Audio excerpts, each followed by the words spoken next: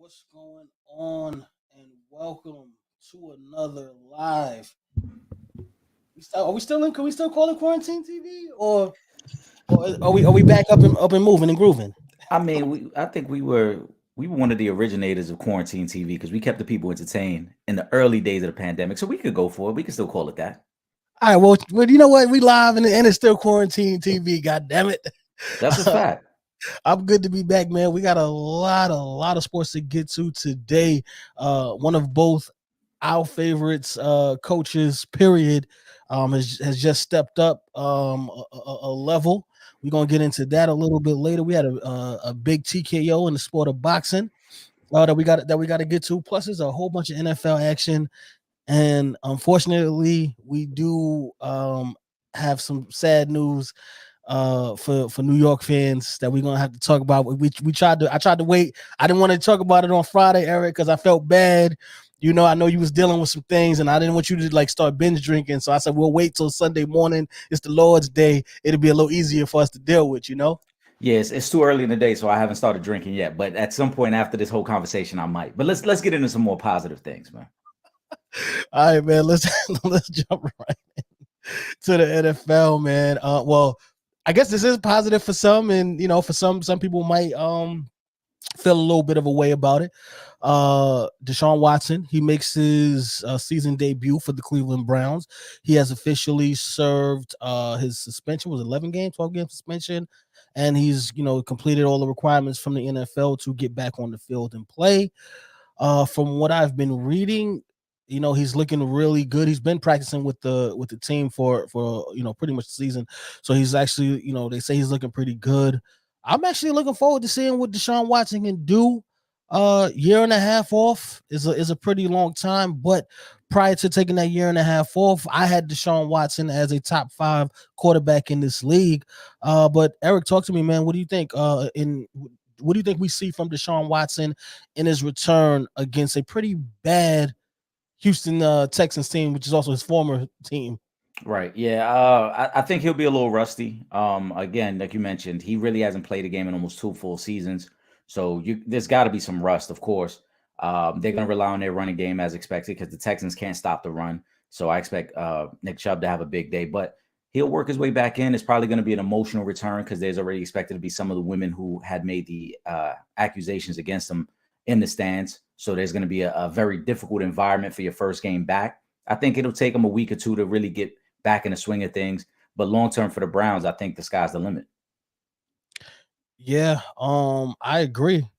We shout out to Will. We spoke about this a little bit on Friday. The Browns actually have a pretty good roster. Not even pretty good. They have a really good roster. You got a solid, legit number one wide receiver in Amari Cooper. Donovan Peoples-Jones, who's been playing very well this season, continues to get better. I think his game will only improve with a significant upgrade at quarterback. And no disrespect to Jacoby Brissett. He's solid, but he's definitely not Deshaun Watson. And then when you add in the fact that you have a top 3 running back in football and Nick Chubb, who can run for 130 yards on any given Thursday, Saturday, Sunday, or Monday. Plus, then we also got Kareem Hunt over here as he's the backup, and he can start on any franchise in this league as well. And they also have Njoku playing tight end. I think he's gonna also benefit from Deshaun Watson. Deshaun Watson is a guy who can hurt you with his legs or with his arm. I think, with him coming back, obviously I don't see them making a crazy run this season. But I think they're 4-7 right now on Four the and season. seven right now. Yeah, 4-7 right now. Yeah, so I think it would be hard for them to really make a playoff push. But listen, I don't think that would happen. Them actually winning out or anything like that. But there is a slim possibility that they could. But I do think that team is young enough moving forward where next season it's going to be a very competitive division again, with the Ravens doing what they're doing, leading the division right now. The Cincinnati Bengals, a season away from being in the Super Bowl and still looking good. They're both tied right now in the standings. It's going to be a very tough division again. I do think they win this game. Obviously, it's the Texans. The Texans, are pretty bad. Um, So I do see them winning this game. However, again, it's going to take a little bit while before we see Deshaun Watson in that playoff form that we saw, a couple of years ago, and just him being, in the top 5 in QBR in the league and things of that nature. I think it'll be a little while. It's going to be a process to get him back to that point. But they have a nice selection of weapons for him. They have a solid offensive line. Two things that he didn't have with the Texans, and another thing he didn't have with the Texans is a defense that features Myles Garrett, who's one of the best pass rushers in football, Denzel Ward, who is one of the top cornerbacks in this league.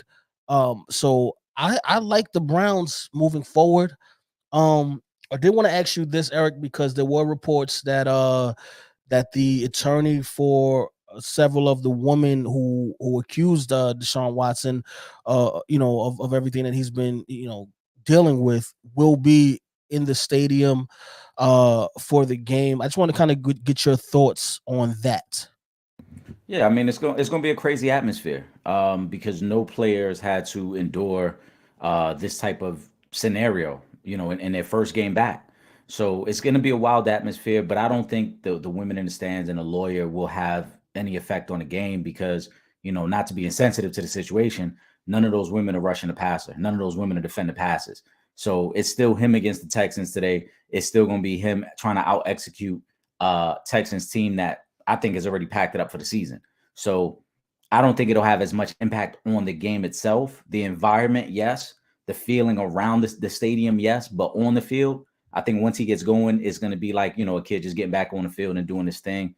And in terms of what you said for the Browns, I mean, like they got a talented team, man. And now that they get their quarterback, they're going to be excited to get on the field with him and see what he can do today. Yeah, I agree. I don't think it bothers him too much. I know he's kind of been avoiding those questions in the media in regards to to that. I think he's very focused on getting his career back. A lot of times, especially us and people where we come from, we don't get those kind of second chances. So I think that he's going to be super focused on just the game of football and kind of moving forward in trying to move on. But yeah, like you said, they won't be rushing the quarterback. They'll be in this and they'll where they'll be at. It's not even like he'd see them at all anyway. Because supposedly they would be in the suite or something like that. So it's not like he would see them on like the 50-yard line or in the end zone or something like that when he's trying to march down the field.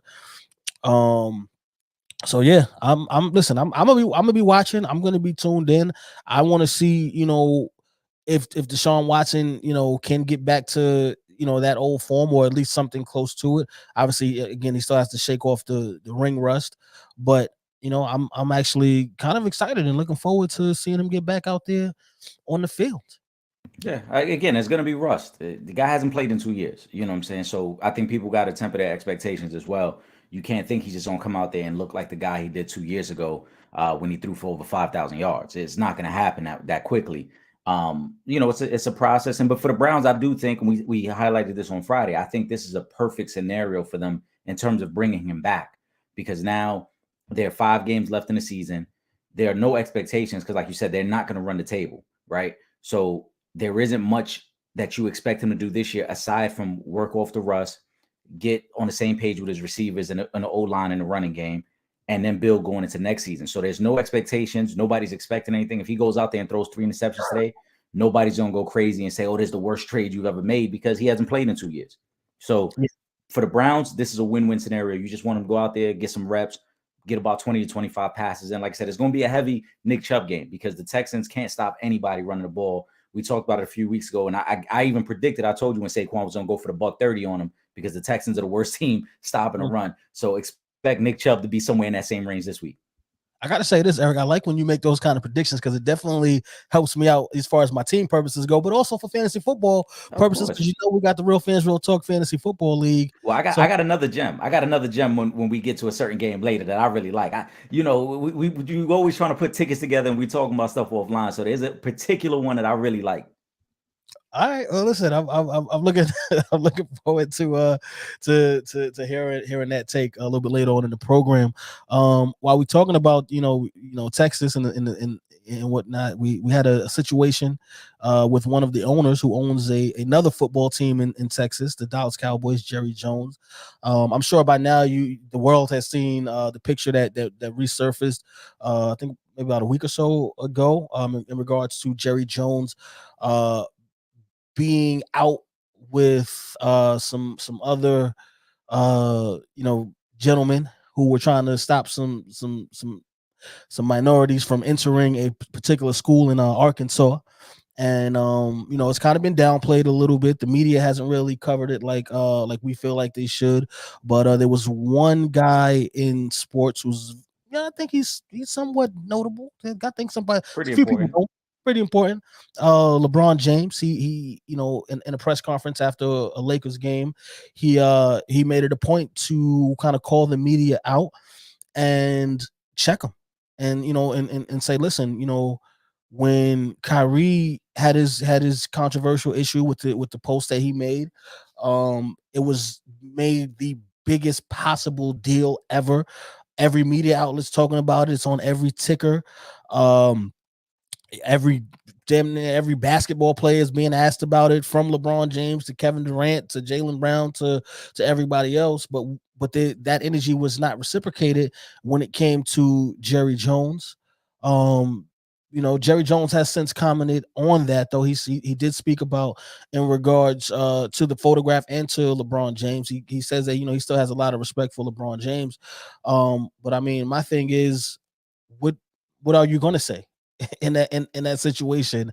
Were you gonna say, "Oh, I don't respect LeBron James for calling out the media for not checking me on some, a potentially racist situation that I was involved in, whether it was 5 minutes ago or 6 minutes ago or 65 years ago, however long it was."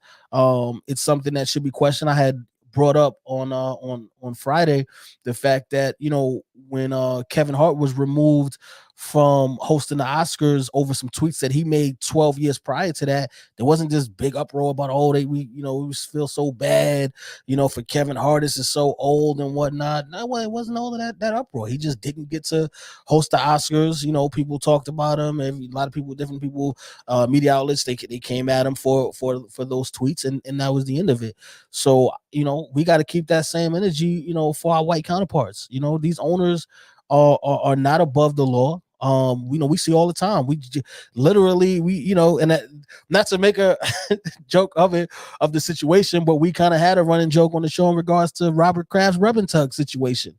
Was it Jim Irsay from the from your guys from the Colts? He had the DWI was a couple of seasons ago as well. So these guys aren't above reproach. We know the Dan Snyder situation. We know the Donald Sterling situation in the NBA. So these guys are not above reproach, and we have to keep the same energy that we have for the players, as well as the owners. What's right is right, and what's wrong is wrong.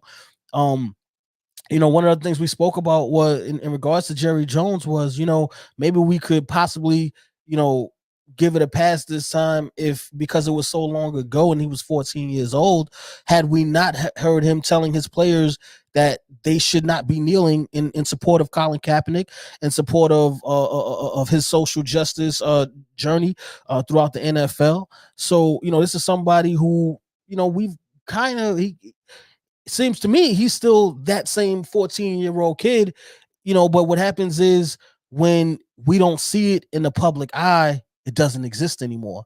So, again, what is he going to say to LeBron about LeBron James? Oh, that's going to make him look worse. He's wrong? No, he's not wrong. He's absolutely right. So what can you say in that situation?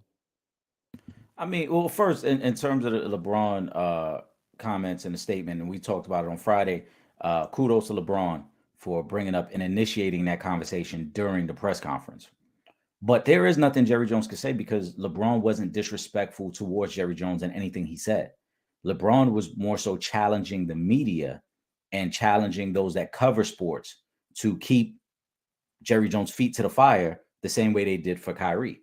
You know what I'm saying? When Kyrie found himself in a little situation. So he never said anything disrespectful. So Jerry Jones, there is no reason for you to feel disrespected or to then say, oh, I think of LeBron any less. No, why would you? LeBron handled it like a stand-up guy, like a man, and just spoke his mind on what he felt the media wasn't doing. In terms of the other point you made, and it's so true, it would be easy to say, hey, this was so long ago, he was 14 years old, if Jerry Jones had displayed different behavior as an owner of the Dallas Cowboys. But in his 33 years as owner of the Dallas Cowboys, he's never hired a black head coach, and he's only had 2 either offensive or defensive coordinators that were black in 33 years, along with his stance during the Kaepernick kneeling situation with the NFL. So all those things together, as you mentioned, lead us to believe that you really haven't changed much from those days when you were a young man in Little Rock, Arkansas. What I didn't like most about Jerry Jones' comments is when he tried to lean on the crutch of, oh, wrong place, wrong time. It wasn't wrong place, wrong time. Your football coach at the time told you guys to stay away from the front of that school and to not be a part of the boycotts that were taking place that day. You still went about it on your own and was there. So it wasn't wrong place, wrong time. You were fully aware of where you were going to be and why you wanted to be there. Granted, the picture doesn't show anything other than him standing there, but the fact that you were there when you were told not to be there looks bad on you. And I think the media, I don't want to say the media hasn't done a good enough job of covering it, because then that's kind of a slap in the face to the Washington Post, because this picture didn't come out through a meme. I think a lot of people think this picture just came out because of social media. No, this was an actual picture that the Washington Post printed in a full story talking about Jerry Jones and other NFL owners. So the media is trying to shed light on this. And in that article, they go into the history of Jerry Jones as an owner and his days as a businessman. So I don't think the media has kind of shied away from it. I just don't think it's gotten as much social media attention as some of the other stories that we hear about. And maybe that's what LeBron was referencing a little bit more, that these other stories constantly got a news cycle, right? We couldn't open up any internet website or social media page without seeing something about Kyrie. Whereas Jerry Jones, after 2 or 3 days, it kind of died down. The websites weren't covering it as much. The social media aspect wasn't there the same. But again, Washington Post is one of the most credible outlets that you can find. And if they're talking about it, that means somebody is definitely covering it and bringing attention to it. Yeah, listen, shout out to the Washington Post. Excuse me. Yeah, you know, there definitely are media outlets covering it. It's just not getting the same amount of coverage, you know, as some of these other stories that hit the news. Because if you know, listen, we could also say, listen, what did Kyrie do? All he did was tweet a picture of a documentary. If for the people that would like to argue, well, he's just standing there in the crowd while, you know, whatever's going on is going on, you know. So there's a bunch of layers to unravel with that. But listen, we not these other media outlets. Oh, that's a fact. We're all about holding people accountable. We hold ourselves accountable. So if we're gonna hold ourselves accountable, we feel free to hold everybody else accountable. Right is right. You know, wrong is wrong. So we have to do it the same way we praise guys when they're doing the right thing. You know, outside, inside, wherever they at, just doing positive things in the community with our youth. We praise these guys for those things. But when it comes down to, you know, you do something wrong, we got to call you out on it. We cannot sit up here and let celebrities, let our athletes, even though these are men and women that we love dearly, you know, some people idolize, you know, like we cannot just allow people just to say and do anything and not speak on it, because then that turns into a whole bigger issue. So, you know, you got to be checked when it's time. Go ahead. No, I want to say this too, like the Jerry Jones, the picture coming out. And I'm not, listen, I don't want to tell nobody else how to feel. However you felt, if you were outraged about it, however you felt, you're more than entitled to feel that way. To me, the only thing that I found a little, I guess, entertaining is that people spun it in a way of like, oh, what are we gonna do about Jerry Jones? If you didn't know who Jerry Jones was before this picture, you weren't paying attention. Because I don't think this picture changed the way we looked at Jerry Jones. These are things that we already felt about Jerry Jones. We've known about some, you know, questionable decision-making and questionable activities on his part well before this picture. So I think this picture just further confirmed what we already kind of thought of him anyway. Oh yeah. I don't, at least for us anyway. Right. No surprises with this one. I did mention, you know, the whole Kaepernick situation, and then, you know, he tried to jump on the bandwagon later. And, oh yeah, we're gonna do this together as a team. You don't get out of here with that phony baloney crap For the photo op. For the photo op, we know exactly, because it looks good. Get out of here, man. You got to stop it, bro. But enough Jerry Jones for today.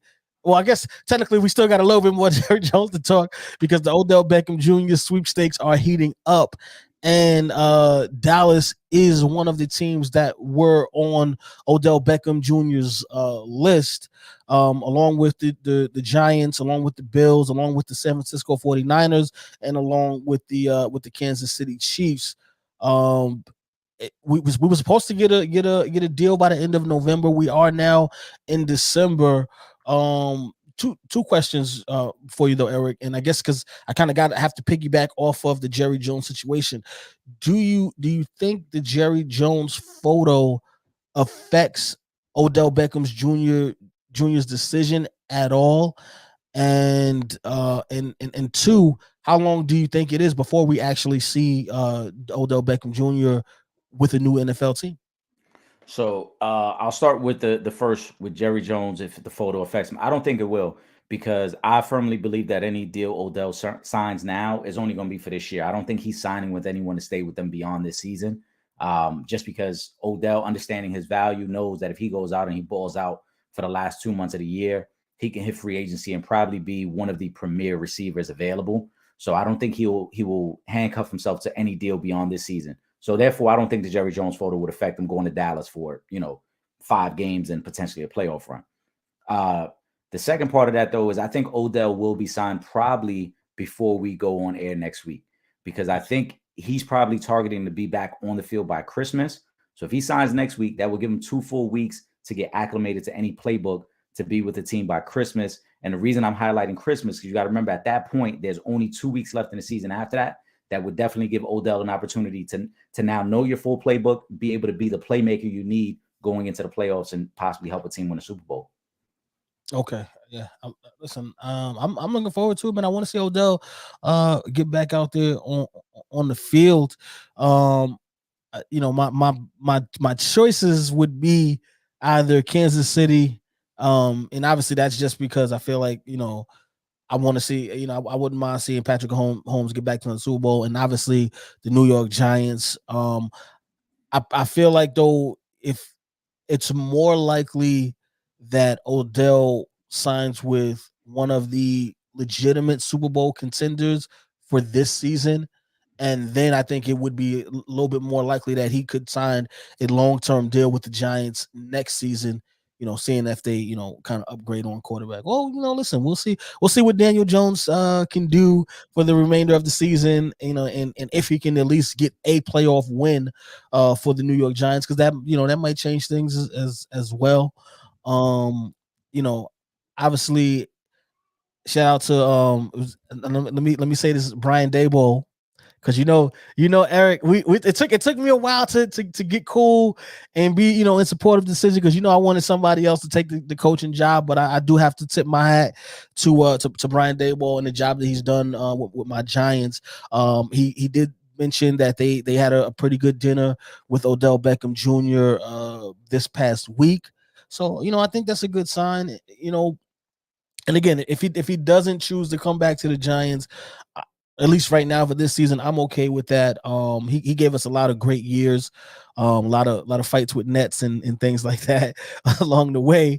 But I think for me, as long as he doesn't go to Dallas, I'm okay with that. I'm good with that. I don't mind him going to Buffalo. I don't mind him going to San Fran. I definitely don't mind him going to the Chiefs, because that's like my 1B team that I'd like to see Odell go to. Yeah. I think anywhere he goes is just for this season. Like I said, I don't. Now that's not to say you can't work on something long term. He could go to Kansas City and love it there, and then sign a 3-year extension in the off season or something. But I Yeah. think his focus right now is just finish out this season strong, boost up my value, then hit the market, and then have all 32 teams bidding on me, or at least have my pick of anywhere I want to go, whether it be money driven or opportunity to keep winning. But in that scenario, I think the Giants will be in place.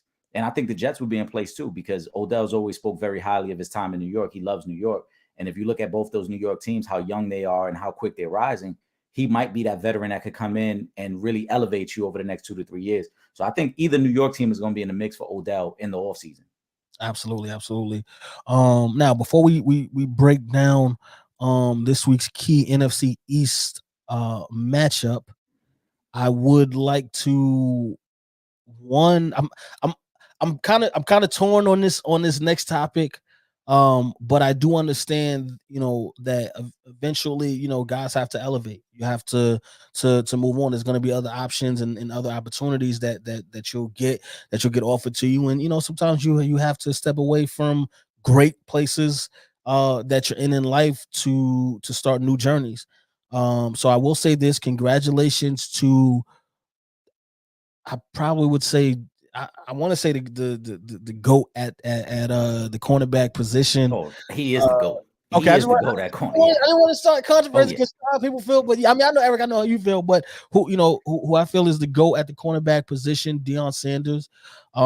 He's going to be leaving the SWAC. He got to get a new song now too, because he's leaving the SWAC conference. He's going to be leaving Jackson State. Next season he'll be headed to Colorado State University to take over as the head coach of their program. So You good there? yeah, give me once. They got us. They got us on the technical difficulty right now. Hold on, guys.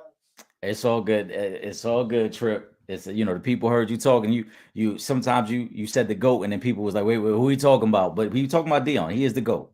Exactly. We talking about Dion right now. But he will be coaching Colorado State now. Well, Colorado University, not I'm Colorado sorry, State. Colorado Yeah. Mhm. University. Excuse me. I'm sorry.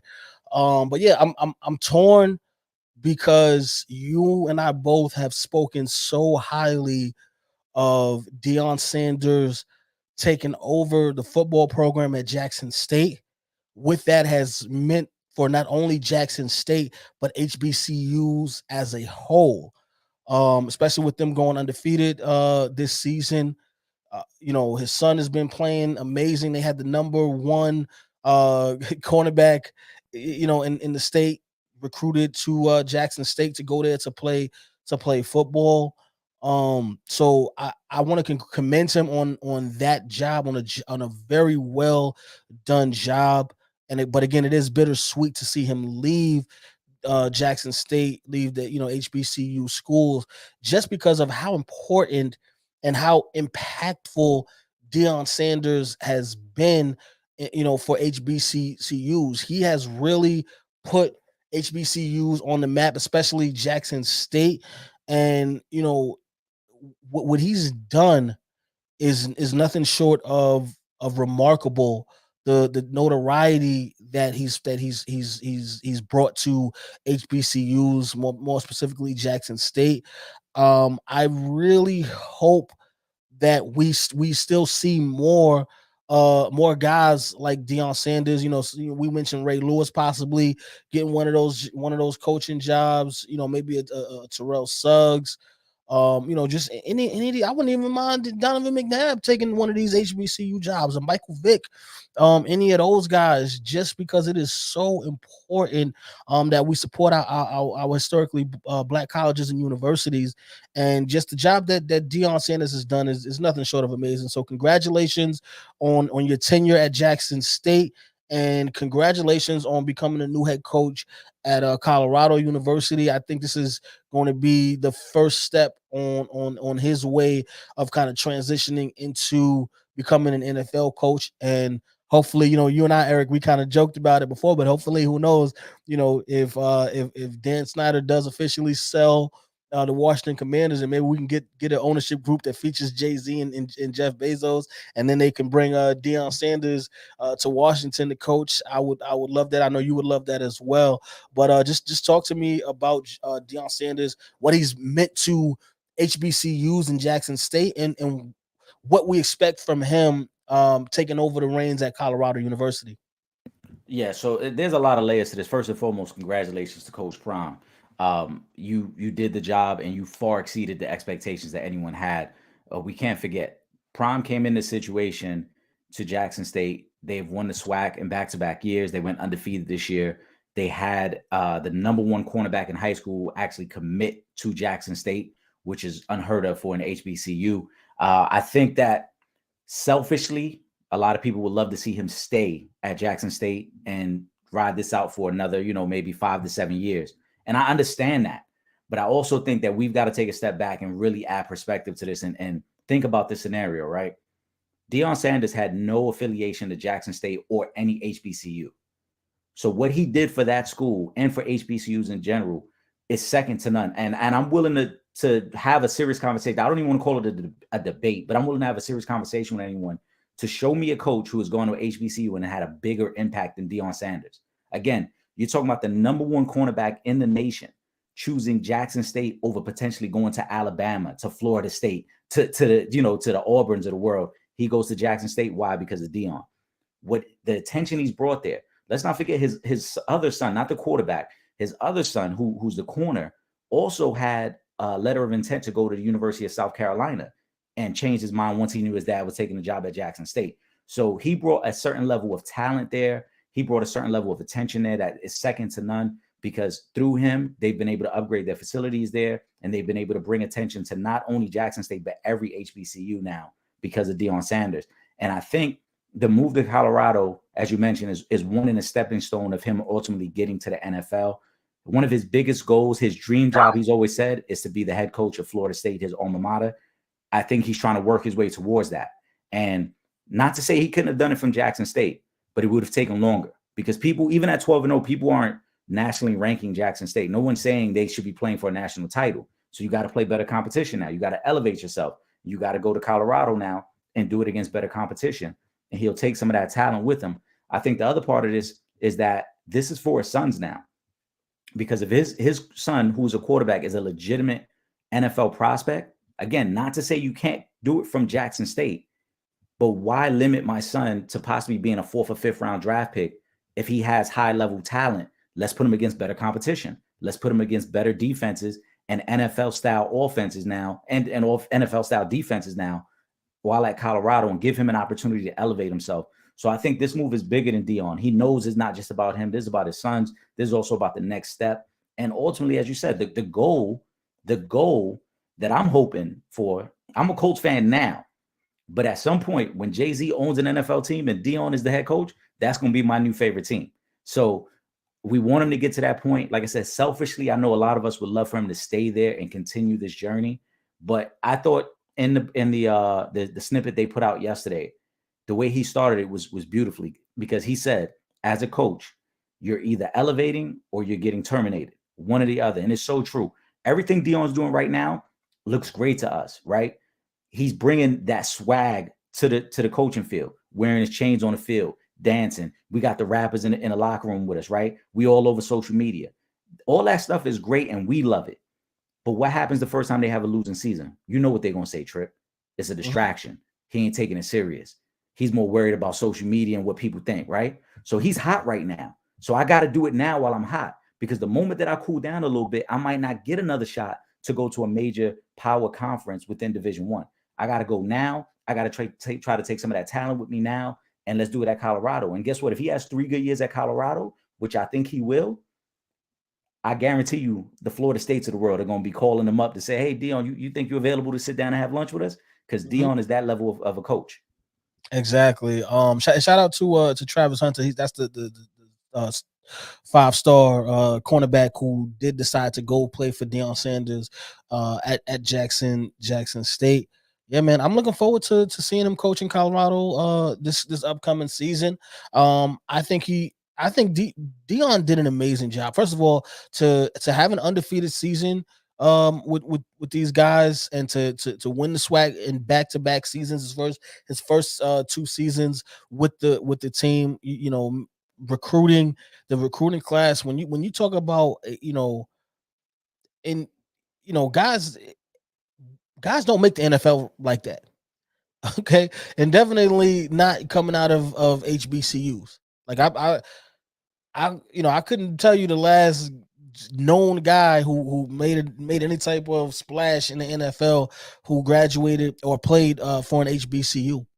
But now you have a situation where, listen, Deion gave Jackson State a gift, a huge blessing, because he put so many eyes on that school that even though he's not going to be there this upcoming season, people are still watching Jackson State.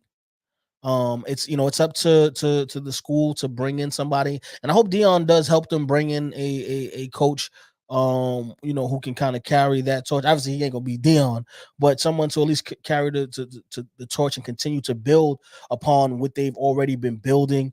And in these 2 seasons that he's was with Jackson State, I love it, man. I'm excited for Jackson State as well and HBCUs, because I do see this as being a trend, as Dion going in, and something where guys are going to continue to come to HBCUs, and again we'll continue to see more of them. I hope Jackson State has another undefeated season and they continue to to level up in as far as in college sports and the rankings and the teams that they can play. I hope we see that for more HBCUs. So I'm looking forward to it. Again, shout out to Deion Sanders. I'm looking again. I think it's going to be a great opportunity for him and those kids at Colorado. Yeah, and listen, I don't want to say Dion's the only coach, because I'm sure there are others that we've never seen the footage of. But in that exit statement that he made in front of the team yesterday after they won, where he talked about, terminating or elevating, he said, I'm still working with the athletic director to get you guys a head coach. And I love the way he articulated. He said, because we want to get a guy in here who can relate to you guys. We don't want someone from the outside who doesn't understand you guys, who's going to come in here and try to change what we're already building, which to me shows that there's still a commitment there to Jackson State. He's not leaving you high and dry. Yes, an opportunity has presented itself that I want to take, but I'm not forgetting what we started to build here. And if one of my assistant coaches can take over from here, why not? If we can get the right coach that can communicate with these kids and connect with these kids, why not? The next thing I thought that was so great about it was he said, after we leave this room, I want to get with some of you guys before you enter the transfer portal. He could be very selfish. Dion could be very selfish if he wanted to and say, hey, all that top level talent I brought here, I'm taking it to Colorado with me. Yes. But the reason he's doing it that way, and he articulated in the video, he said, because I want some of you guys to understand that the grass ain't always greener. So just because you enter the transfer portal don't mean you're going to go somewhere else and get unlimited playing time. So I think Dion is completely handling it the right way, understanding that this is bigger than me. This is about the kids. This is about these young men who have come here to try to elevate themselves as well. And even though I'm leaving for another job, I'm not leaving Jackson State high and dry. I'm not just leaving them behind. On the flip side of that, for the people that are mad, I hope you had the same outrage when Brian Kelly left Notre Dame before a bowl game last year. Just up and left them before a bowl game last year. And there was plenty of kids on that school, on that team, that committed to Notre Dame because of Brian Kelly. And then he left them basically in the middle of the night before the bowl game to go to LSU. So if y'all mad at Dion, keep that same outrage for every head coach that leaves their school, because Dion did it the right way. He finished off the season. We've seen plenty of head coaches leave in the middle of the season and go take another job. I'm gonna be real with you, Eric. You the first person that I've even heard mention Brian Kelly leaving right before a bowl game. So I know they don't got that same type of energy. Right. Yeah, man, they did definitely not. But again, it's Deion Sanders, man. Deion Sanders truly embodies us. He embodies the culture of where we from, how we move, how we like to play the sport, how we coach the game.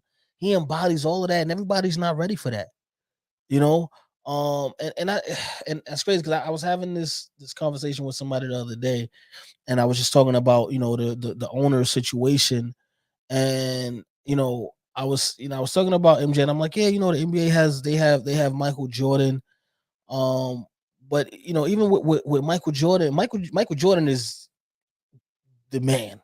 You ain't no debating about that. Michael Jordan is the man, but Michael Jordan doesn't represent the culture that we from in a way that Deion Sanders not the way Deion did. Yep, not the way Deion did. So for some, it's like, all right, well, we've got the we've got the minorities that are acceptable, and we got to put somebody into place. So yeah, let's go we can bring MJ in, and he'll be great. He'll fill that quota, and everybody will be happy because we got one up in there. But there's certain guys, that won't get that opportunity. Shout out to LeBron, because I do think he's one of those guys who will represent the culture, but also will be someone that will be accepted, I guess, amongst the good old boys club of owners. I think Jay-Z has transformed into that with the relationships that he's built. But I also think that 20 years ago, Jay-Z, if he was a billionaire, would not be in these rooms because he would be too much of the culture. Yeah. Now he's kind of transitioned. He's still of the culture. Don't get it twisted. As soon as Hove drop a verse, everybody going and running and listen. God did. Hmm. Okay, just want to say Right. that. But he's leveled up. He's kind of transitioned. He's in different rooms now. He has relationships with these owners. He has a great relationship with Roger Goodell. So it's a little bit different. But there was a situation where a couple of years ago when the Panthers was for sale, and Diddy was trying to buy the Panthers. Diddy had the money to buy it. He didn't get that. He didn't get that look. It wasn't even. I don't even really think it was an afterthought that Diddy trying to buy the team. I think there's certain guys that they're gonna be like, oh, it's acceptable. They're not too much of that. You know what I'm saying? So we can kind of be like, all right, we'll give you a shot. And there's guys that shout out to to Floyd Mayweather. I don't know if Mayweather can do it. I don't know if they accept Mayweather in the owners pool, and we're gonna get into that in just a minute. But yeah, I want to hold on. I want to say this too because that's a great point you made about Dion. I think Mike is of the culture. We love Mike for a number of different reasons, but I think what makes Dion special, and there's only two athletes I can think of in my lifetime that I've seen this way, but Dion was special to us because Dion was himself from day one. When you see him at draft night with all the chains on and the Jerry curl, and he is Fort Myers, Florida through and through from day one. And then he says to the reporter when they was like, oh, it looked like the Lions were going to take you. Oh, I got so scared Detroit was going to take me. I was going to ask for so much money. The check was going to bounce. Like no other athlete has hit the scene in that way, the way Dion did with the persona, with the game. The only other person I can think of is Allen Iverson because Iverson was himself from day one. It wasn't something like, oh, now that I'm comfortable around you guys, let me show you. No, AI came into the league that way with the mindset of, I don't care who you are, I'm busting your ass. Dion was the same way. That's what made them special. That's what makes them both special. And for the people too, another thing I want to address, because I keep seeing it in the comment section, there's a lot of people saying, oh, Dion took the Colorado job for money. It's all about the bag. Dion Sanders, first of all, if y'all don't know, before he took the Jackson State job, was already working at NFL Network, had the Aflac commercial. Dion worth $40 million. He don't need the $4 million a year that Colorado's giving him. Let's keep it a buck. Dion has plenty of money. All right. The Jackson State job, that was probably pocket change to Dion, but it was about a bigger reason for him. So going to Colorado for $4 million a year ain't changing nothing for Dion Sanders. Let's keep it a buck. Exactly. Shout out to everybody. I see you guys popping in and out of the live stream. If you guys have any questions or comments or anything, just write them on if you're on Facebook, write them on the Facebook page. If you're on YouTube watching from the YouTube channel, drop a comment there. If you're on Twitter, just add us and we'll get to it. But yeah, man, shout out to my guy AI, man. That's a legend. If you haven't already, you got to check out his interview with Kevin Hart on what was it? Oh, I forget what's the name of Cold the show. as balls, right? Is it? Cold as balls. Check that interview out, man. You gotta love Allen Iverson. He's truly one of the greatest to play the sport of basketball. So big shout out to him as well. All right, let's talk some football now. We got a big game coming up. Especially for my guys out here in the East Coast, the New York Football Giants.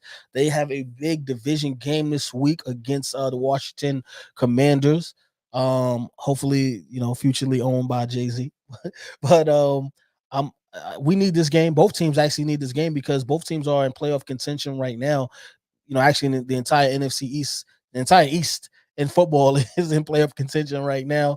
But the Giants right now are third place in the NFC East with the Washington Commanders right there trailing them. So both teams really need this win. Fortunately, Daniel Jones plays his best against the Washington football team, I guess in general, whether they were the Commanders or the football team, or the Redskins, Daniel Jones kind of plays his best against that team. So I like the Giants' chances today in this game. Plus, I mentioned on Friday I felt disrespected by the odds makers. So I see the Giants coming in and improving the point because I think they feel a little bit disrespected as well. But Eric, talk to me, man. Who you taking in this game? I know you down in the DC area, so I know you hearing the other side of what I be talking about to you more so down there. But talk to me, man. What's going on with this game? Yeah, man. We talked about it on Friday, and I want to tell you, I think Vegas heard your complaints because the line, as of this morning, had dropped a full point. Now it's Commanders favored by 1.5, which I still kind of feel is disrespectful as well. They're pretty even teams. They play each other not only this week, but then in 2 weeks they play again. And for the Giants, this might be the Giants season the next 3 weeks. The Giants get Yes. the Commanders, they get the Eagles, and then they get the Commanders again. So we're going to learn a lot about the Giants, who are 7-4 right now, over the next 3 weeks. Commanders are 7-5. They got back-to-back games with the Giants. It's simple for me, Trip. It's simple. I think the world of Saquon the same way you do. He's a Bronx boy. Maybe that plays into it. But for me, Giants running game, they sixth in the league in yards per game, rushing the ball at right about 151 yards a game. The Commanders are eighth against the run. They still give up about 108. That's going to be the key matchup. On the flip side, the Commanders run the ball pretty decently as well. They run it for about 118 a game. The Giants give up 138 a game. So for me, the team who can run the ball better is going to win this game. Neither one of these quarterbacks are going to light you on fire. Heineke, Jones, neither one are going to do it. It's the running game, and I like Brian Daboll more than I like Ron Rivera. If you tune into the Friday shows with us, you know I'm not a big fan of Ron Rivera. So I like what Daboll does with the running game. I like the Giants to win this game. I think the line is disrespectful, as you mentioned, because it should be, to me, it should at the very least been a pick 'em. There's no way that the Commanders should be the favorite at MetLife Stadium against Yeah. the Giants today.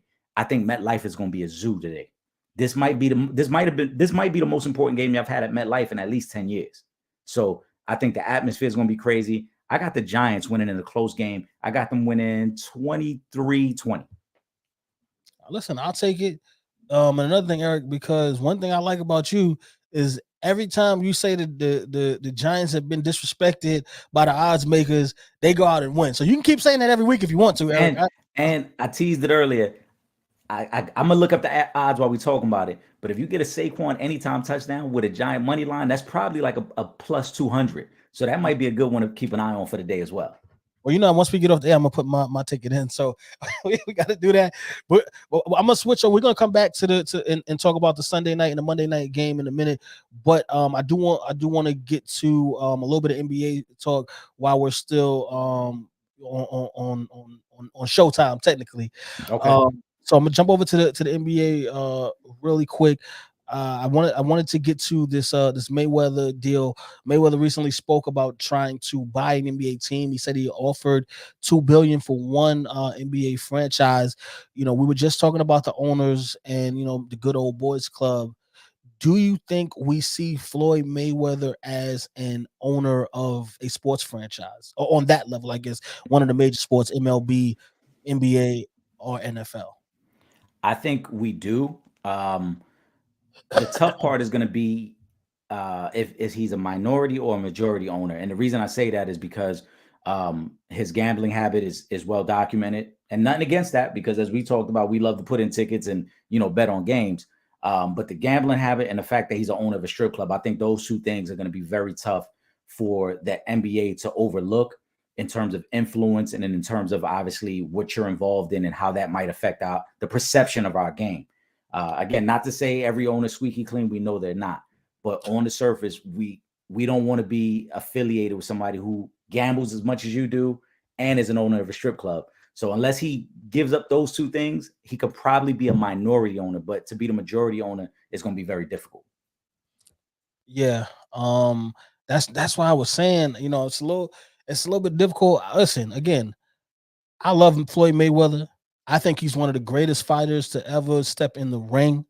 I think he's a great businessman. He might be a greater businessman than he is even a boxer. I think that's how great he is as a businessman and everything he's done with the whole transition from being Pretty Boy Floyd to Floyd Money Mayweather. You got to respect what he's doing in as far as business and how he continues to not only stay relevant, he continues to get these massive checks for his exhibition fights. He just fought. Was it Taiwan? He just fought. He did another one overseas. He did the Logan Paul fight. He continuously generates revenue. That's something that you want if you're a part of the ownership group. You want a guy that can generate revenue. I think that's what Mayweather would do. And listen, You telling me he can be better than some of these owners right now? You tell me the Knicks couldn't use an upgrade at owner with James Dolan there. You telling me Mayweather couldn't help out none of these teams? Really? Yeah, no, I that's a didn't even fact. give him a small market team. I bet you he gonna boost themselves up because certain guys coming along automatically add to the revenue. They add to the fan base. You get a Mayweather, you bring in all of the Mayweather support group. You bring in all of the Mayweather haters who continue to watch his pay-per-view fights because they want to see him lose. They want to see if this guy is going to be the one that makes him lose. So they're probably going to tune in for that too because they want to see, even for the guys that's hating, they want to see him lose. They're going to tune in. That's the reason why Jackson State was able to accomplish a lot of the things they were able to accomplish because you bring a guy like Deion Sanders in. We just gonna continue speaking into existence. When you see Jay-Z a part of an ownership group, that's going to help. When Jay-Z opened up the Barclays Center with the Brooklyn Nets, that was a huge boost for them because of who Jay-Z is and his affiliation. Nobody knew how much of a percentage he had. Nobody knew Jay-Z only had like 2% of the Nets, but it was the biggest thing since sliced bread because it was Jay-Z. Some guys have that effect. They have that ability to make that type of impact. Floyd Mayweather is one of those guys. I would love to see it. Obviously, the gambling part, the strip club and all that, but he's in Vegas. Strip clubs happen in Vegas. Things like that happen. They go down in Vegas. Well, I thought it was interesting as you mentioned that too, because in the clip where he's talking about that the group he's a part of trying to put the money would be to bring a NBA team to Vegas. Yes. So in that instance, I wonder if the league would be, we know the league is partnered up with FanDuel and a lot of the fantasy football, fantasy sports apps and all that. But I wonder if they would be even more willing, understanding that, all right, we're going to have the location in Vegas, and who better than Floyd to kind of roll out the red carpet for us, right? Because in Vegas, there ain't too many people that's bigger than Floyd Mayweather. So if he's part of that ownership group, then like you said, maybe we're willing to overlook a lot of those things as long as you don't tie the two entities in. Like, we don't want you promoting the strip club at the games, you know what I'm saying, and trying to get people to go to the after party at the strip club. If you can stay away from doing that, then maybe we can make it work. Yeah. And again, that would be the equivalent of Jay-Z rolling out the Brooklyn Nets. Right. Because rolling out, that's how Mayweather is in Vegas. Mayweather is to Vegas what Jay-Z is to Brooklyn. So, it just comes. Yeah. So hopefully we see it. But if not, Mayweather got enough money. He got enough going on. He's going to be good. Regardless, really quick before we got here, let me shout out LeBron James for something on the court. He just passed Magic Johnson for 6th all-time on the assist list, and he'll probably move into the number 4 spot and pass one of our favorite guys, Mark Jackson, and another guy who we talk about a lot on the show, Steve Nash, and climbing up the list on the all-time assist list. So big shout out to LeBron for that. Yes, sir. Eric, you want to give us a final thought for the TV show? Make sure you guys are tuned in every Thursday night on Verizon 43 BPN 3 8 to 9 p.m. And we're there every Thursday, man. If you can't get us, on TV, you can always watch from anywhere in the world on realfansrealtalk.com. Yeah, that's a fact, man. We appreciate everybody who tunes in every Thursday night. Keep tuning in Friday nights for the Friday Night Live series. Keep tuning in Sundays, man. We appreciate you guys. Absolutely. Thank you guys, and I see you guys in the on the live right now. Drop a comment, man. We here, man. Let us know what's going on. Let us know if you like what we're saying. If you like our takes, if you hate our takes, drop a comment and let us know. I see y'all watching right now. We love the support, as Eric said. I'm gonna sign us out really quick from the TV show. For myself, Trip Young, and my brother Eric Sanchez, aka Legend in 2 Games. We up out of here. Peace. Well, we're really not up out of here. We back right now. Yeah. That's just for the live show. That's for the TV show. We'll talk a little bit more because, like I said in the beginning of the program, we got a lot of topics that we got to get into. Hey, Trip. Yep. Oh, my fault. I was gonna let you know. I looked it up. Saquon anytime touchdown, along with a Giants money line, is plus 199 today. Well, I was taking that anyway, so I think I'm good like on that one a lot. I like that one a lot. I'm telling you. And I gotta say this. I'm so happy for you, Eric, that they opened up. Oh man. Gates. Oh man. You see. I'm so happy for you, man. When I got the email, I was like, whoa, I immediately dumped money right into the account. Like, let's go, let's get it. It was perfect timing. It was for Thanksgiving. We've been working a lot of different tickets right now, but Sundays are always my favorite. Like I said, I've been cooking stuff up. Listen, real quick, I'll show you the list. I got a bunch of stuff written down already that we go with today. So it's been active. We very active right now. The floodgates have been opened, Yes. and the legend is here. Yes. Y'all better take notice.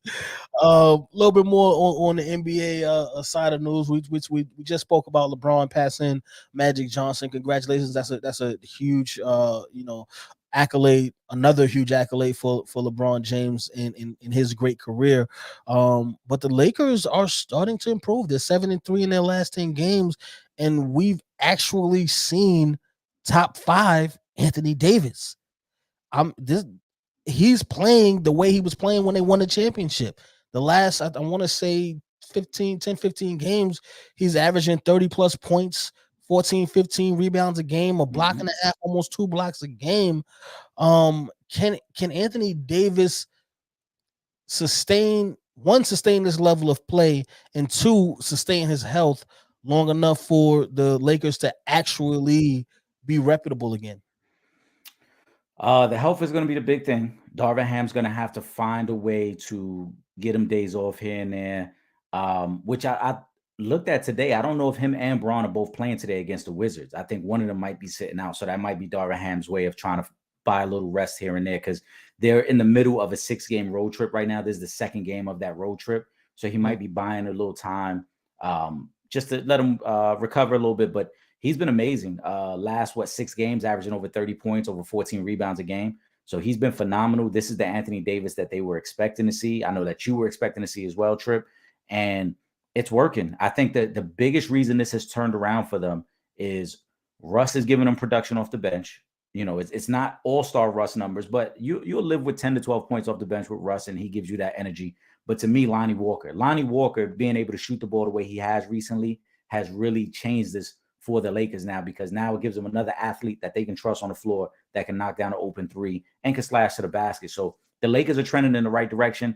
AD's health is going to be the difference between them being probably a top 5 team or just a play-in team. Yeah, I agree. I know I've been in favor of them making moves, but I have also, said I really kind of do want to see a stretch of the season where LeBron, Anthony Davis, and Russell Westbrook are healthy. We're kind of getting that now, so I do want to see how things go around the trade deadline. Um, if the Lakers are up to 7th, 6th place during the trade deadline, I think 1 or 2 smaller moves could actually help them, give them a nice little boost. Because having LeBron James and Anthony Davis playing the way he's playing, if they can get some consistency, that makes them a top half of the NBA team. If you're telling me Anthony Davis is playing the way he's been playing as of late, that makes them a team that's in the top half of the NBA. And as long as you can get into the playoffs, everybody's got a chance at that point. I love it. I like what I see. I just I still wince anytime Anthony Davis hits the floor. There was a video. He was just him trying to help LeBron out. He falls down to the floor, and I'm just like, oh my freaking goodness. If this man gets hurt, I'm gonna be sick if this man gets hurt. So I'm really keeping my fingers crossed. I hope that he can stay healthy, because I really want to see what this team can do with a fully healthy roster. Obviously, I still think they could use a shooter or 2, but from what I'm seeing right now, I like this. I like this Lakers team. A huge upset win over Milwaukee the other night, in which, as great as Giannis played, Anthony AD, Davis yeah. was that much better. Yeah, AD reminded everyone that when he's right, AD Yes. is a top 3 talent in the league. He reminded everybody of that. With the Lakers, it's very tricky though, man, because we talked about it so many times. Could Rob Pelinka really wait to make a move? Because he said he didn't want to make a move before Christmas. So on one hand, it's like, all right, I can understand it, because as of today, as we're recording this, they're only 2.5 out of that number 7 spot, and really number 6 spot, because Golden State and Clippers are tied at 6 and 7. So they're only 2.5 out there. And then you look at a couple teams in front of them that we don't expect to stay in front of them. I think Portland, who's been 3 and 7 over their last 10, is going to start to fall back. We don't Especially expect Oklahoma City to keep playing well. Minnesota doesn't have Karl Anthony Towns right now, so they might struggle.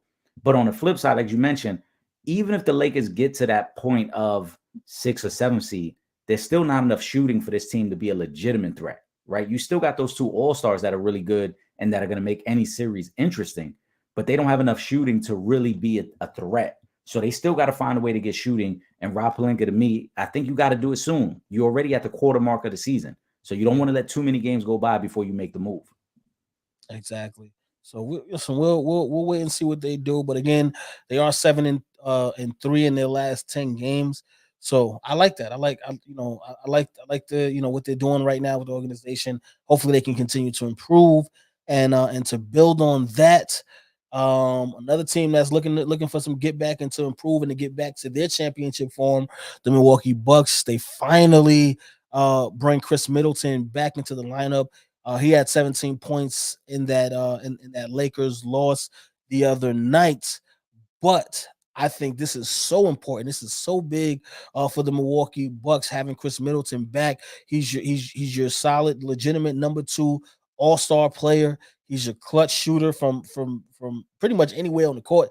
He can get you buckets from. He has been missing even with Milwaukee having a great start to the season that they have.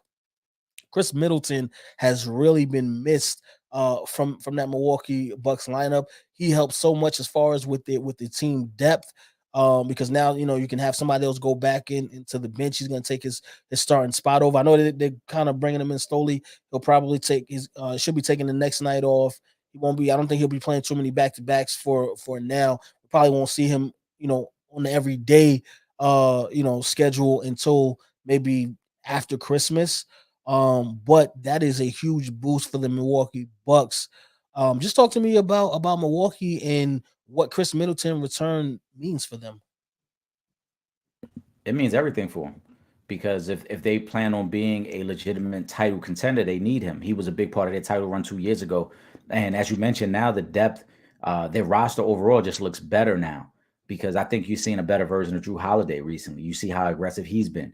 Bobby Portis leads the league in double doubles this year, and he's coming off the bench for you doing that. So now you add Chris Middleton, a guy who consistently can get you 18 to 21, 22 points a night. You bring him into the mix. Now everybody gets in their proper pecking order. I think the sky's the limit for this team. They were my preseason pick to come out of the East. I still like them to come out of the East. And we're going to see, we're going to really see the best version of Milwaukee over the next month and a half. Yeah, I agree. And they were already running the East damn near without Chris Middleton. So now you get Chris Middleton back. Yeah, I like it. I'm doubling down. I had them in Brooklyn in the Eastern Conference Finals, and I'm still going with those two guys. Brooklyn is even starting to improve as of late as well too. So I like Milwaukee. I like the Chris Middleton return. He's a security blanket, honestly. Chris Middleton is a security blanket for the Milwaukee Bucks because he's somebody, even with Giannis, as great as Giannis is, a lot of the times, one, he's not a 3-point shooter. Chris Mm-hmm. Middleton knocked down the three, and two, he's slightly above average free throw shooter, whereas Chris Middleton, you can put him on the line at any point in the game. I don't care how many seconds, how many minutes is left. He's gonna knock down those foul shots. So he is kind of their security blanket. And I think the team as a whole just is so much better with Chris Middleton on the floor because he's a floor spacer. Like I said, he can shoot. He has one of the top mid range games in the league. He plays defense and he's clutch. Yeah, So it makes it so much tougher on you because we know, like you said, late in games you're going to want to double Giannis and you'll put him on the free throw line. But then with Middleton on the floor, with Lopez, with Holiday, then you start to look around like, all right, who are we doubling off of? Because all these guys can shoot now. You know what I'm saying? And then you create that space. And like I said, Middleton was huge in their finals run a couple years ago. Remember, Giannis got hurt in the Eastern Conference Finals against Atlanta, and Middleton carried them in that series. So yep, Middleton is also a closer. He's a guy who can close games for you and get the big bucket. exactly. A little bit of news out of Boston. Well, actually, we got a lot of news out of Boston. But the first news is somebody's getting back to the bag, and that's Al Horford. He's re-upped with the Celtics and signed a 2-year extension, so he'll be with them for the foreseeable future. Um, for me, as much as I like Al Horford, and I think he plays his best basketball with the Celtics. I mean, he had a solid run with the Hawks when he was with the Hawks, but they never really got to those heights, any deep playoff runs. So yeah, I think Boston is the best fit for Al Horford. However, I do think Al Horford is old now. He was old last year. He's going to continue to be old over these next 2 years. So I don't know how much of a boost that really gives them in Boston as far as getting them over the hump. Do they make it back can they make it back to the finals this year? And if so, can they win? I don't know. But again, he's someone who understands the system, who thrives within that system. He can be an anchor for them. He's a seasoned veteran, come playoff time. So, I get it, but I don't know if that was, moving forward, if that was the right thing for them. Well, I think this was more about going into the next off season, right? Because we're in the middle of the season now, but going into the next off season and then possibly getting into a bidding war and losing him because they just don't have the cap flexibility to do that. He's also insurance because Robert Williams, who hasn't played this year, is so up and down in terms of health that you need some stability at the five. I don't know if you're ever going to get what you got from Al Horford in the playoffs last year. I think that was peak Al Horford, Yeah. and to expect that again is very tough. But just the insurance that he provides for them, knowing that Robert Williams is in and out of the lineup so much. Horford is a guy you still got to respect on the pick and roll when he pops out and shoots the three. You got to still respect it. He still gets you rebounds. He's still a very good passing big man. So for what they need, he fits. If it was another team, I would agree with you, Trip. But in this case, they already have their foundational pieces with Tatum and Brown. You have Marcus Smart. You got Brogdon. So they have their pieces. They just need another vet who knows what to do in the last 6 minutes of a game, and that's what Al Horford is. All right, listen again, and I like Al Horford. Shout out to my Dominican friends and family. Al Horford been holding it down for the Dominicans in the NBA for a very long time. That's a fact. So plus, we always force somebody to get into the bag. Oh yeah, that's a fact. We ain't mad at it. Like I said, for Boston, it makes sense because if he would have hit free agency, they would have been a team that would have offered him more than what he's really worth, and then Yeah, Boston would have been stuck. exactly. So, but big shout out to Al Horford on that. More news in Boston. We had the great, I don't know. I can't say fine. Can I still say fine? I know she's married, but she's going through some things right now. But the beautiful Nia Long, she finally spoke out in regards to the Ime Udoka situation. I don't know if I want to call it anger or more so frustration with the Celtics organization. But she kind of felt the way in regards to how everything went down and whatnot. I know you had spoke about it, but talk to me about Nia Long and everything that went down with that situation, how she's feeling right now. So I sympathize with her feelings because, like she said, she was blindsided by everything, and she was on a movie set when she heard the news, like the rest of us did. That not only was he being suspended, but it was because of an inappropriate relationship with a staff member.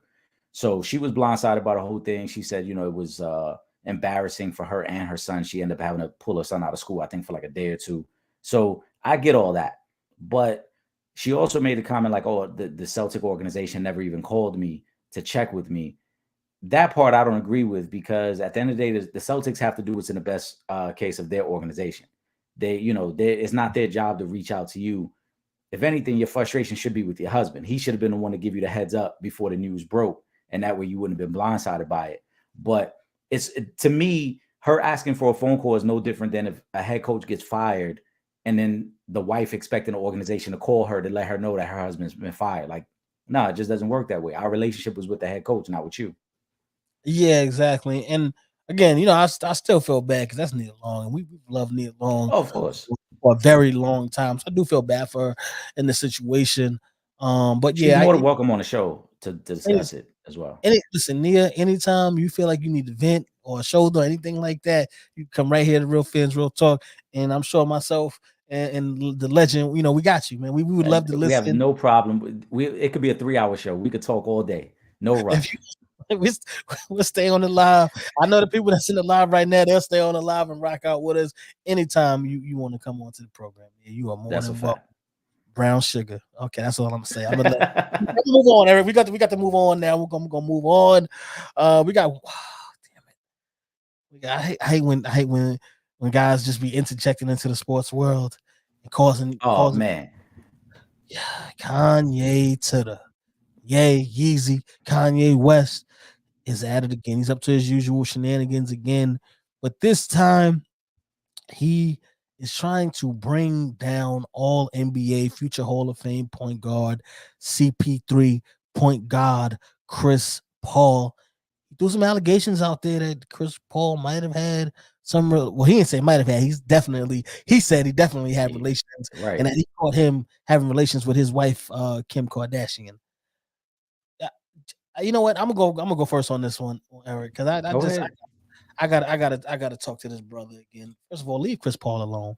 That man got a family. Don't bring Chris Paul into your mess because you out here uh carrying Hitler's jockstrap right now and talking crazy on the internet and whatnot. He because no, because he pissed me off because Chris Paul ain't got nothing to do with the nonsense, the BS that you got going on right now. Neither did Ice Cube. Shout out to Ice Cube. You know, one of the big three, also big in Hollywood right now. You threw Ice Cube's name in there to he inspired your anti-Semitic rants and whatnot. Stop trying to bring people into your mess. You created this. How the saying goes, Eric, you made your bed. Now you got a line in it. Don't bring nobody else down with your BS. And don't try to throw Chris Paul in none of your nonsense. From what I've been hearing, they're saying that that's not true. If it is, obviously Chris Paul, you might have to get your act together on this one. But yeah, you're doing too much right now. You've been doing too much for a very long time, but now you just getting out of pocket with this whole thing. Oh yeah, that's a fact. I mean, we got Kanye fatigue at this point, because we've been talking about it for so long, and I know he done pissed us off so long ago that like at this point it becomes redundant. We say a lot of the same things over and over while we upset with him.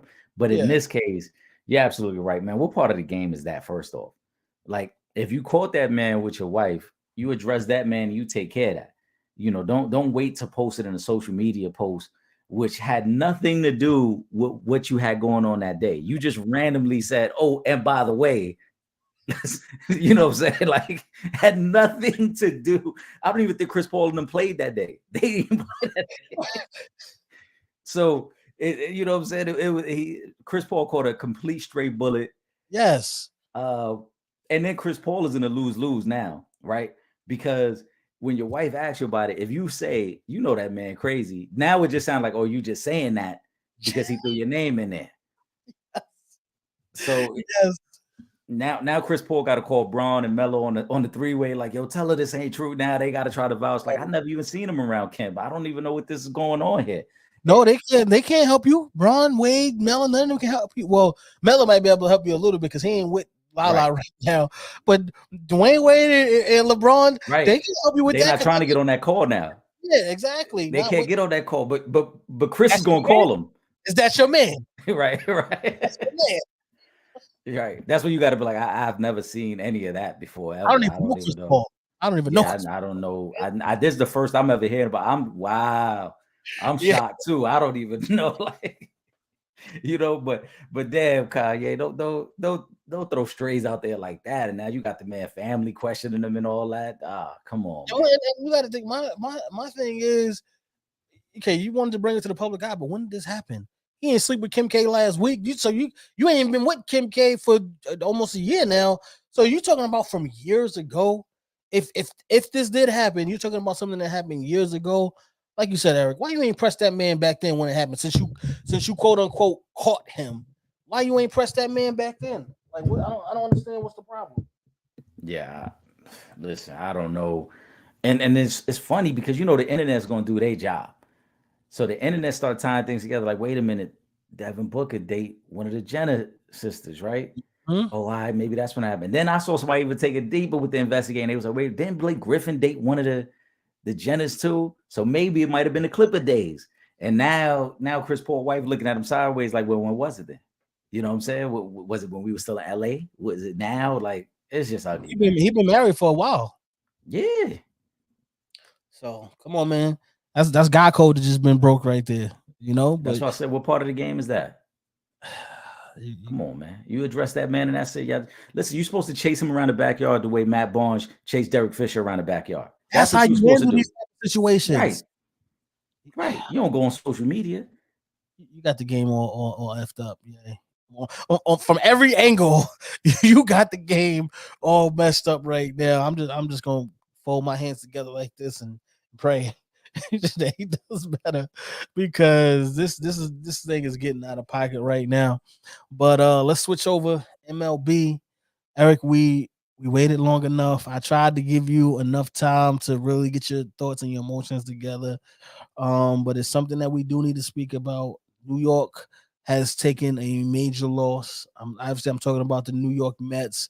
One of the greatest pitchers of this generation. Definitely, he. I might even put him as the best pitcher in Major League Baseball right now. Jacob DeGrom. He will no longer be a New York Met. He just signed a 5-year, I want to say it was a 188 Yep. 180 million dollar deal. Mm-hmm. Texas Rangers. I'm not even going to speak on it, Eric. I'm just going to let you have your moment. Whatever you need to get off your chest, whatever you need to say in regards to Jacob DeGrom. The spotlight is on. I'm going to the solo shot right now. The spotlight is yours, brother. Speak on it. Well, it is after 12, so now I can have a drink. But first and foremost, I want to thank Jacob DeGrom for everything he did for the Mets organization. He helped us get to a World Series back in 2015, won multiple Cy Youngs with us.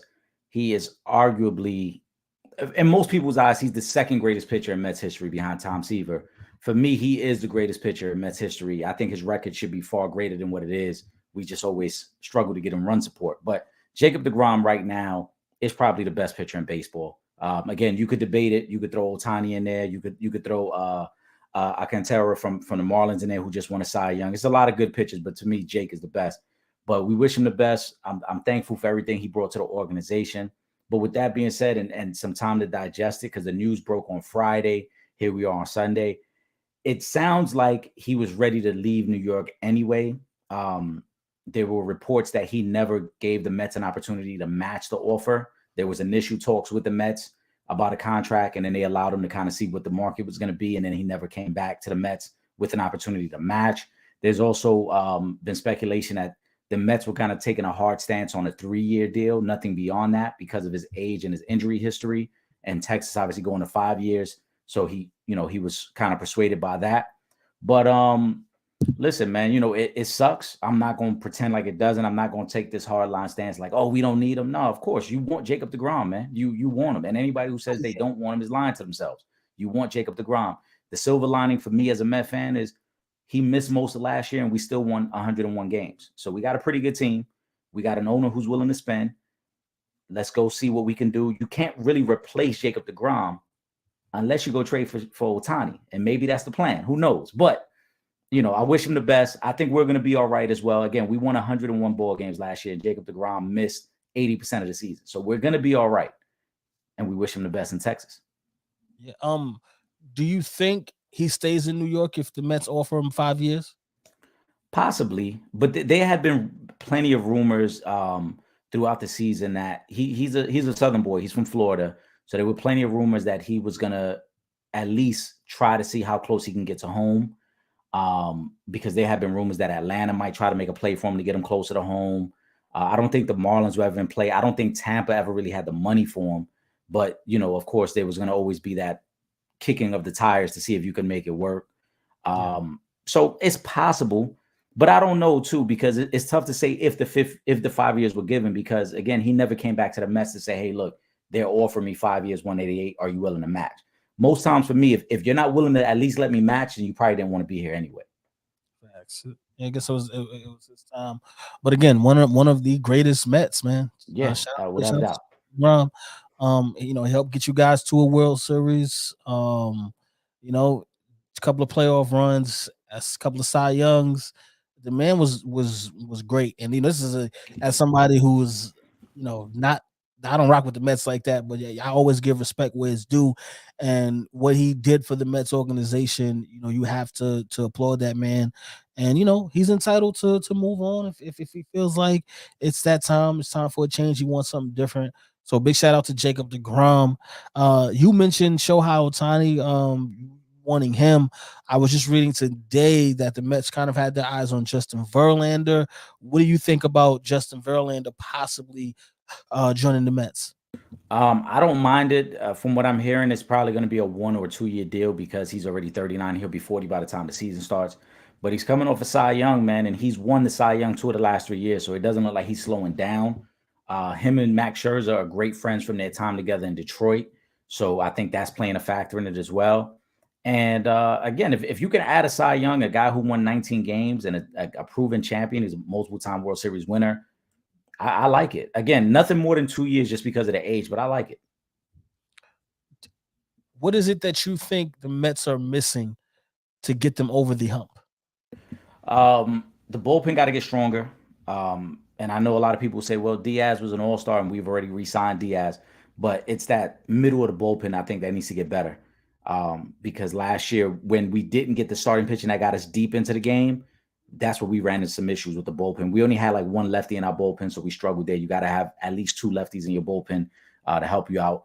I like what we have in the middle of our lineup with Lindor, Marte, obviously Alonso. I would like to add, if possible, and I know this might be tough because Jeff McNeil plays second base for us. I would like to add Trey Turner though, because I would like to add not only another bat, but another guy who could steal bases. I like what Marte brings, being able to steal bases. I like that Lindor is versatile in that way as well. When he gets on, he can steal bases. I would like one more guy who can kind of generate runs because the Mets don't hit a lot of home runs. Even though you look at the RBI numbers and Lindor over 100 RBIs, Alonso over 100 RBIs, those guys do it the old school way, like get one or two men on base, then get a base hit. That's how Buck Showalter loves it anyway. And that's fine. But give me another guy who can get on base, who can steal some bases and generate runs. I think Trey Turner, it's going to be expensive to get him, but I would love Trey Turner at the top of that lineup, followed by Marte, Lindor, Alonso. And then there's rumors that Conforto might come back as well. So we'll see. But I would definitely love another bat at the top of the lineup that could generate some speed. Okay. All right. I like it. I like what I'm hearing. Let's talk a little bit about boxing. We got some boxing news. I spoke about it at the top of the show. But Tyson Fury TKO's Derek Chisora in the 10th round, and then calls out Usyk, I guess, for the unification match. I mean, neither one of us thought that Derek Chisora had a chance in this fight anyway.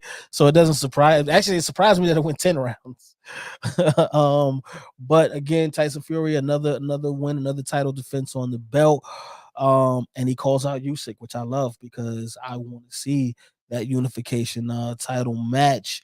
Do you think we get that this year? Oh, excuse me, not this year, because obviously this comes to an end. But do we think we see that fight next year? I think so. Tyson Fury has been adamant that that's the only fight he's really interested in at this point. There's been speculation that that fight may take place in the early part of 2023. So you're looking at maybe March or April, possibly, because like I said, we're already in December. So they wouldn't fight over the next month or two. So maybe March or April, they get it on. But I think we're going to see it. I think Tyson Fury is not taking any other fight other than that to just kind of unify it and put all speculation to rest about who is the best heavyweight of this era. And I think by April we should be seeing that fight. Well, I'm looking forward to it. Another fight I'm looking forward to seeing that should be happening later, or next year, I guess, and maybe around late spring.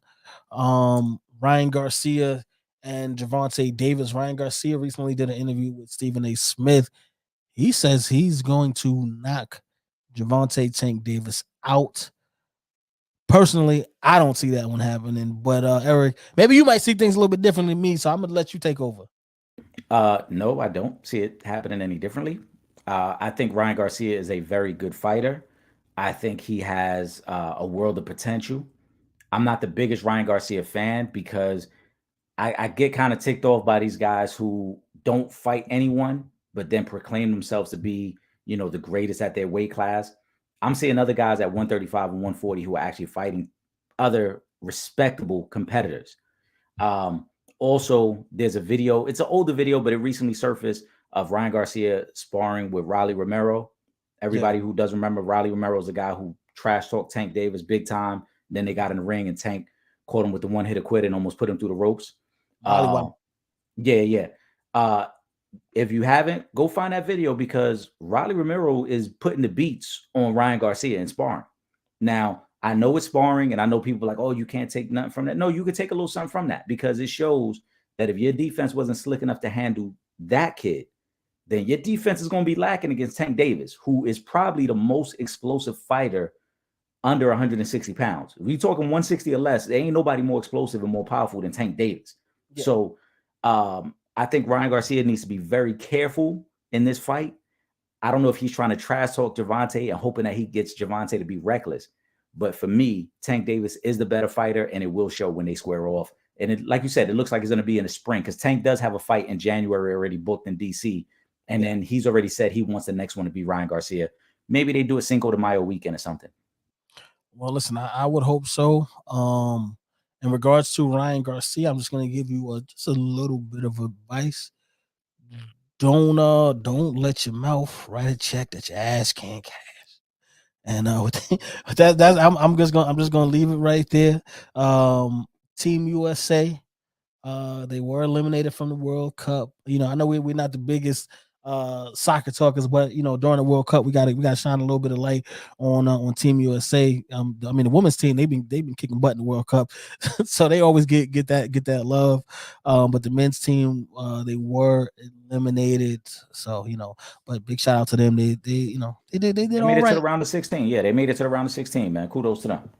And you know what, which is why I give so much praise and respect to the women's team. Here's why: because soccer in the United States is not as big as it is around the world. See, we're kind of playing like catch up with that. So it's such an amazing thing when the women's team dominates the way they do because of that. You know, in accordance, I mean, you got basketball, football, you know, baseball, hockey, all come before soccer in this country. You might even throw boxing ahead of soccer in this country as well. Boxing, MMA, you know, so yeah, track and field. You could keep going. The soccer then, is very low on the totem pole.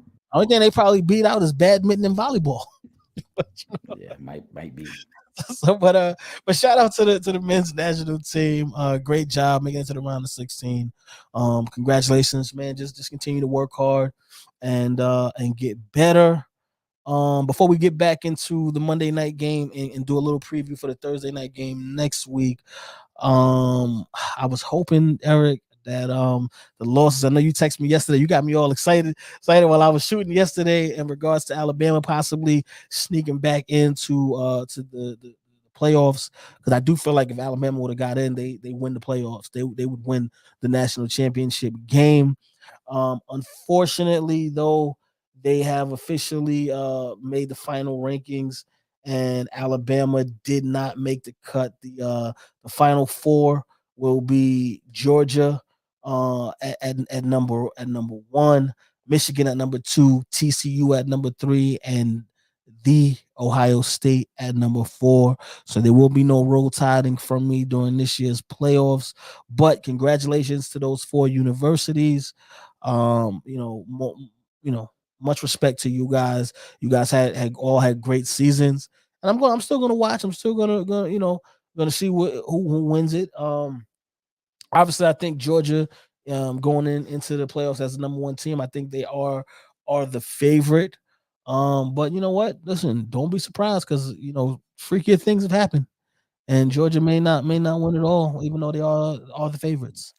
Yeah, I think the committee. I think the committee did get it right. I know people would have said, "Oh, well, TCU only had 1 loss, Alabama had 2 losses." I don't think the committee only looked at it that way. I think the committee looked at it from the standpoint of what are the better matchups. And I also think the committee looked at it as if we allow Alabama in, then we definitely got to let Ohio State in. And then there becomes this bias of, all right, so you took 2 teams from the SEC and 2 teams from the Big Ten. You know what I'm saying? And I think the committee was a little skeptical of that as well, because then you would have had these rematches again, because then it would have forced Ohio State to be number 3, which in turn would have given them Michigan in the first game. And then you would have gotten Alabama and Georgia. So there was a little bit of fatigue there as well. I think Alabama was deserving, though. I don't subscribe to the thinking that people say, oh, well, they lost 2 games. They lost 2 games on the last play of the game, both on the road, to ranked opponents. So their losses are no different than the TCU loss yesterday, who lost in overtime to a ranked opponent. It's not much different. So I think Alabama was deserving, but I also think the committee looked at it from the bigger picture of we can't allow 2 SEC and 2 Big Ten schools to get in, when we're trying to promote this diverse playing field. So the committee got it right, and it'll be interesting to see what happens in the playoffs. Yeah, I do agree. As much as I wanted to see Alabama get in, I think they did get it right. I would have loved to see them, but yeah, I think they did get it right. But I'm gonna give you a scenario too, and I didn't know if we were gonna get to this topic before the rankings came out, because if you're in the committee, and I think you and I are gonna agree on this, if you're sitting in the committee and you're like, all right, who's our teams in, right? You already know you're down to TCU, Ohio State, and Alabama. Two of those three are going in, right? One of them has to play Georgia, one of them has to play Michigan. Out of the three teams I just gave you, give me the two teams who you think could upset the 1 and 2 seed. Out of Alabama, and who else? Who's other Or teams? Alabama, Ohio State, or TCU. I just said Alabama was going to win it if they let them in the playoffs. I think that's it. To be honest with you, I don't think either one of those teams can do it. The problem is, Alabama, Georgia, they're in the toughest division in Right. college football. And no disrespect to TCU, I don't think TCU can beat Michigan. But if you put Alabama in that spot, I think we would have a legitimate conversation about who should be the favorite in that game. Yeah. Listen. So, but again, I think it was a little bit of the fatigue too, and the committee didn't want to come across as being biased towards the SEC. Yeah. Listen, there's a reason why there have been probably 30 Alabama first round draft picks over the past 5-6 seasons. Okay, there's a reason for that, man. So yeah, I think that's about it. Shout out to TCU, but then they're not in a conference that comes close to the SEC, and what you're gonna have to play in that division, because even the unranked teams in the SEC, those schools are better than a lot of other schools in the weaker conferences. So yeah, so I get it, but whatever. Shout out to Alabama, shout out to Nick Saban, and those guys. They'll be back next season, and hopefully they get their act together. Really quick before we get up out of here, let's get back to NFL. Monday Night Football, another NFC South matchup, which is also going to be a very meaningful and a big game as far as for playoff contention. And who wins this division. The NFC South is very close. They've been very bad, but they're very close in the standings. So anybody honestly still has a chance. Tampa right now is sitting at the top at 5-6, with New Orleans at the bottom at 4-8. But again, there's only 2 games to separate these two teams, and there's a lot of football left this season. So this is actually a very big game. If New Orleans can, steal this game from Tampa Bay, and now they go up to 5, to 5-8, and Tampa comes down to 5-7, that kind of shakes things up in the division. So who are you taking in this game? Does New Orleans have a chance in this one, or does Tampa kind of just easily move these guys out of the way? No, I think they got a chance because Tampa has been trash all year. And I think that a part of us is holding on to what Tampa once was 2 years ago with Tom Brady, where we keep expecting them they'll be better, they'll figure it out, but they haven't figured it out. And this Saints team is a team that's been a kind of thorn in their side for the 3 years that Brady's been in that division. They always struggle with the Saints. Trip, your favorite phrase, Leonard Fournette still working himself back into game shape. Tampa Bay is the worst running team in the league. The Saints play the passing game very well, which means that now you can't run the ball and you got to throw up against a defense that's pretty good against the pass and has been giving you trouble. I think this game is going to be very close. I hate to pick Andy Dalton in a primetime game on the road, but something tells me that the Saints are going to beat Tampa Bay on Monday night in a close game, mainly because of their defense and their ability to run the ball, because Alvin Kamara is back now. Yes. Yeah, absolutely. They also, Jarvis Landry, he's been playing I want to say the last 2 weeks, and he's been all right. I think as he continues to work himself back into playing shape, he'll continue to get better. I would not be surprised if the Saints win this game. I'm gonna be honest with you. Week to week, as much as we can't just use the Tom Brady is the GOAT argument to just wash away everything. At some point, you being the GOAT, just it doesn't matter right now, right here in this moment. And we've seen that this season. They have been up and down all season. This is probably not even probably. This is Tom Brady's worst season as a starting quarterback in this league. So yeah, I wouldn't be surprised if the Saints get a get a nice big win on Monday Night Football, and they shake this whole thing up, Uh, because that's what would listen, happen. this division is up for grabs after this week. Yeah. This because Atlanta has a very winnable game against Pittsburgh. That's the 1 o'clock game today. Hmm. And the Panthers, who are at 4-8, though I'm not a believer in the Panthers, if they find a way to come out of today with a victory, who they got today? Let me look back. Um, the The Panthers Panthers. off this week. Yeah, it depends out. Pan- Depends on the bye, Panthers but are off this week, right? Atlanta So the takes the Pan, biggest lead if they win and right, Tampa loses. right, they could take the division lead, and I think Atlanta is going to win that game. Atlanta's been pretty good at home this season, so this division is completely up for grabs, especially if Atlanta wins today and then the Saints win on a Monday night.